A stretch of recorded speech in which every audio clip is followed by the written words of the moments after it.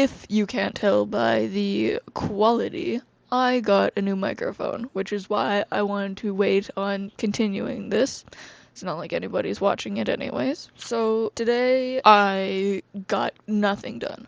Absolutely nothing. I got like 180 words in. Today I'm going to talk about how I started getting writing, and it has kind of always been part of me. The earliest I can remember is being like 3, not even knowing how to make words yet, and still trying to tell a story with them. It was mostly like drawing pictures as well. And then as I grew up and started to learn some spelling, I'm gonna be honest, I did not learn that much spelling. I still don't know that much spelling, which is why I use editing. Editing is my best friend. The first story that I started writing, I wrote it on loose leaf in class, at recess, pretty much any time that I did not want to pay attention. And I kept it all in this like blue binder, and I would take the blue binder with me everywhere. I have no idea if I still have it, but that's kind of where I started.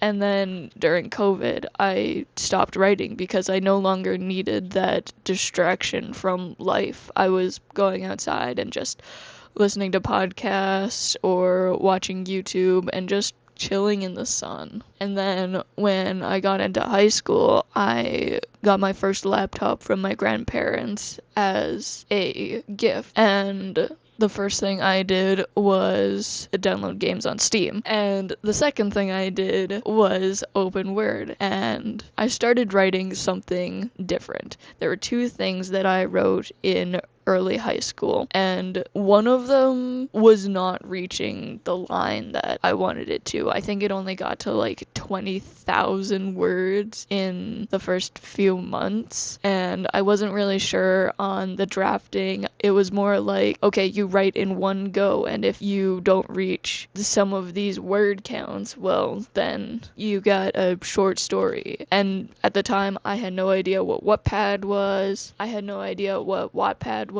I had no idea about any online publishing sites. It wasn't until I started writing this other story over and over again, and I think I'm on like draft 6, and that has been the most drafts I've ever written for anything. And I most recently am doing it again after a few things because it's a series. And so writing has always been this like distraction from life and something to keep my mind busy as things were going on around me as a coping mechanism, and it worked wonders. The worst part is I kept all of my really early stuff on a memory stick, but because the memory stick was so old and I did a reset and unplugged it several times without ejecting it, all of the stuff on it got corrupted and later deleted. So I don't really have a record of that really early writing that I used to do, which kind of sucks because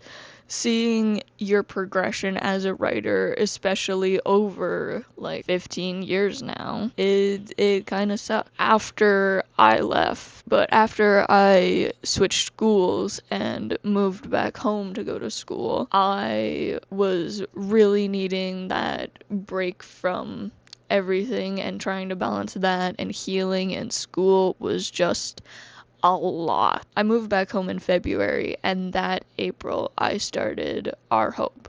And that title was actually meant to be just a placeholder. I got the prompt off of Reedsy, but over the next few months and the summer, I did some writing here and there while I just kind of worked on getting myself back together. And then that September, I was trying really hard to focus on school, and I just couldn't. For like 2 weeks, I focused on just writing and editing the end of Our Hope. And by the end of September, I had it completely done and it was published. But trying to balance school and writing was always a challenge because I never liked school, and writing was always this easier, more fun, letting me ignore some of the things that have been going on, letting me ignore some of the things going on around me type of thing. And I never thought it would become such this big thing for me. I once had a substitute teacher who published a book, and she was the sweetest person ever. And I remember giving her the first book in the blue binder, and I had a project in the back, and she was so confused why the story suddenly switched to this project, because they were two very different subjects. But I remember writing during the backstage for doing plays and field trips, and it went everywhere with me.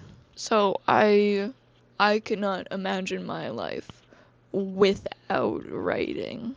It's kind of become part of who I am.